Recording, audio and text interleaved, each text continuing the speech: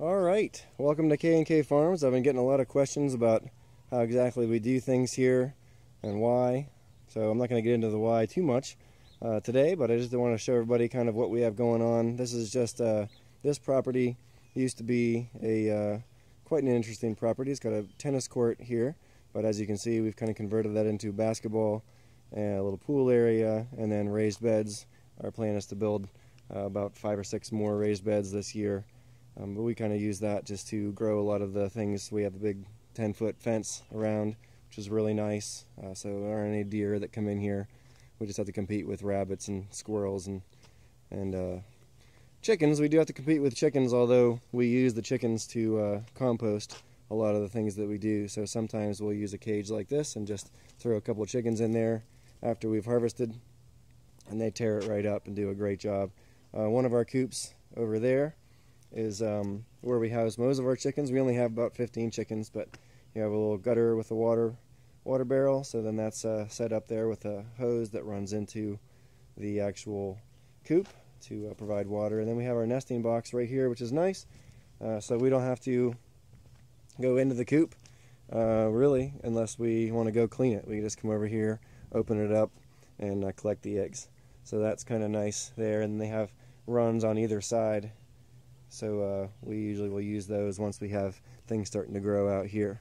But anyway, let's take you up the steps real quick and I'll show you what the greenhouse looks like.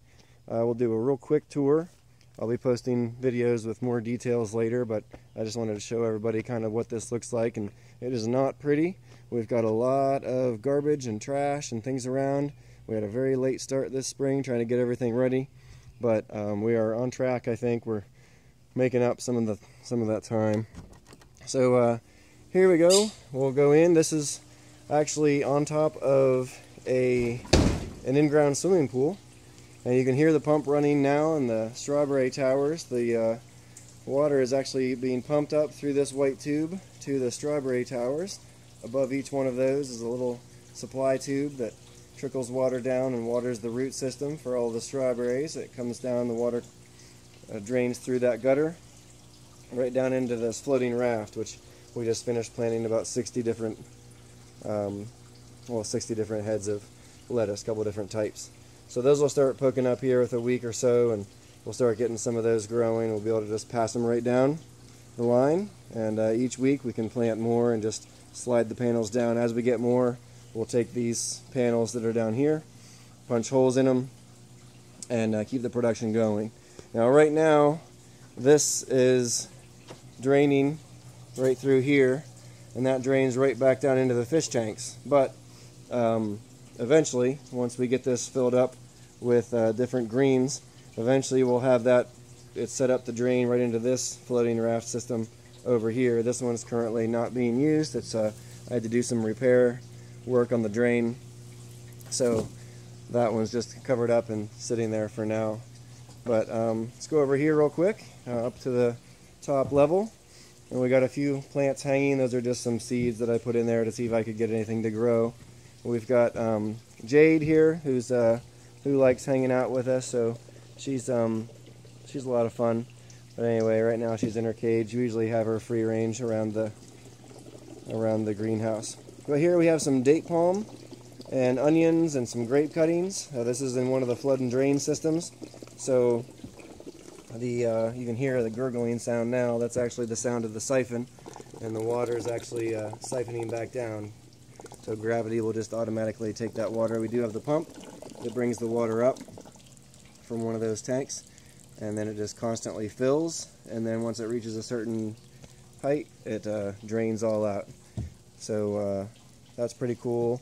And these are just some dates. A friend gave us a bag of dates, and we just saved some of the seeds and planted them. So that was kind of fun. I like to try everything I possibly can to see what we can get to grow. Another view of the towers here, and I have other things too. These are just tomato plants here, and I just you can kind of see the root in there coming down. I just kind of had some extras, so I threw them in here just to see what would happen. This will be another floating raft system. I had used it as a gravel bed, but the gravel media was so heavy and difficult to work with here, and it's such a long bed that it would get clogged up, and so we actually ended up, it was overflowing on the opposite side. So I've had that shut off for a while. It's all dried out now, so I should be able to get all that gravel out of here, use it for some different beds, and then use that as a floating raft for more greens. If we go this way, we can go down here. I've got just some water barrels here. I try to keep a few water barrels to help give a little bit of a temperature control. This is one of our largest trees in the greenhouse. It was pushing the plastic last week on the top of the greenhouse, so I cut it down. That's the second time I had to do that. It took about 5 feet off of the top. This is an avocado tree that we grew from a avocado from Meyer. Actually, a woman who works with my wife actually planted that and grew it till it was a couple feet tall, and then we brought it over here. And there's a second avocado tree over there. I don't know if you can see it there by the red ladder. That one's a little smaller because for a while we kept a rabbit in here, and the rabbit ate the tree, so that was fun. Anyway, go down the steps here, and right now we're in the shallow end of the swimming pool. You can kind of see the metal wall there. It used to be a liner all around there. There are the steps that go out. I just built a little entrance there. Storage shelves up there. Here's our koi pond, which will eventually have koi, and the water will be pumped up into these beds right here, which is where probably a lot of that gravel will go that I was talking about on the upper level. And then it will flood back though, filtering this. Obviously this is looking pretty nasty right now. The only residents in this pond are a frog and a little turtle. So that's about it. We have some potatoes growing here, a little pawpaw. This is a dwarf Cavendish banana. Most of the bananas in here are dwarf Cavendish. You can see the plants will grow up tall enough to about hit the ceiling, but that's about it. So it's nice because they're reasonably sized and they produce a delicious banana. So we're really excited about that. We've got other types of bananas as well.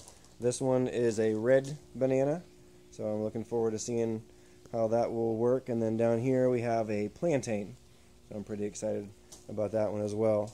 This path will be extended, and then this whole area where the white tank is will be grow area for different things. It's hard to tell, whatever comes up. These are all dwarf Cavendish bananas. Here is a little piece of holly that we thought was going to die, but there are some new leaves there. We're very excited. We stole that from, well, anyway, we found that somewhere, is what I meant to say. We got fig right here. It's pretty exciting. On the right, we've got a lemon tree. No blossoms on it currently. On the left side, we have an orange tree, and we do have some oranges on that tree. Here's one right there. Both of these trees keep climbing up, growing up high enough that they're poking the plastic. And they have kind of thorns on them, which I never really knew that orange trees did, but they're producing bananas or oranges and looking good, so we're pretty excited about that. And then real quickly, I'll just give you just a breakdown of how this aquaponics system works. So I showed you how everything is up on the top. Most of that is run right here by these 275-gallon tanks. So here we have, right now we just have this one tank connected, and if I look in here, there you can see a couple of the tilapia down there and the water coming back into it. So this water just drains out the bottom, and I can adjust the flow. It drains into a swirl filter over here, and I left it up this high because that way if there's some sort of a problem, the water level in this tank shouldn't go lower than this. So that's the idea anyway. And then that drains out, goes over there into the sump tank, and then we have a pump, and that's the main pump that controls most of everything that goes on in this greenhouse. It pumps the water up into various beds, and then it all drains back down into these tanks. Currently, just with this hose right here, but eventually, like I said, that's going to be connected to the other bed, and the drain will come from the other side. Over here, I'll just show you one of the tanks. This is a very overcrowded tank currently with 3 different types of tilapia.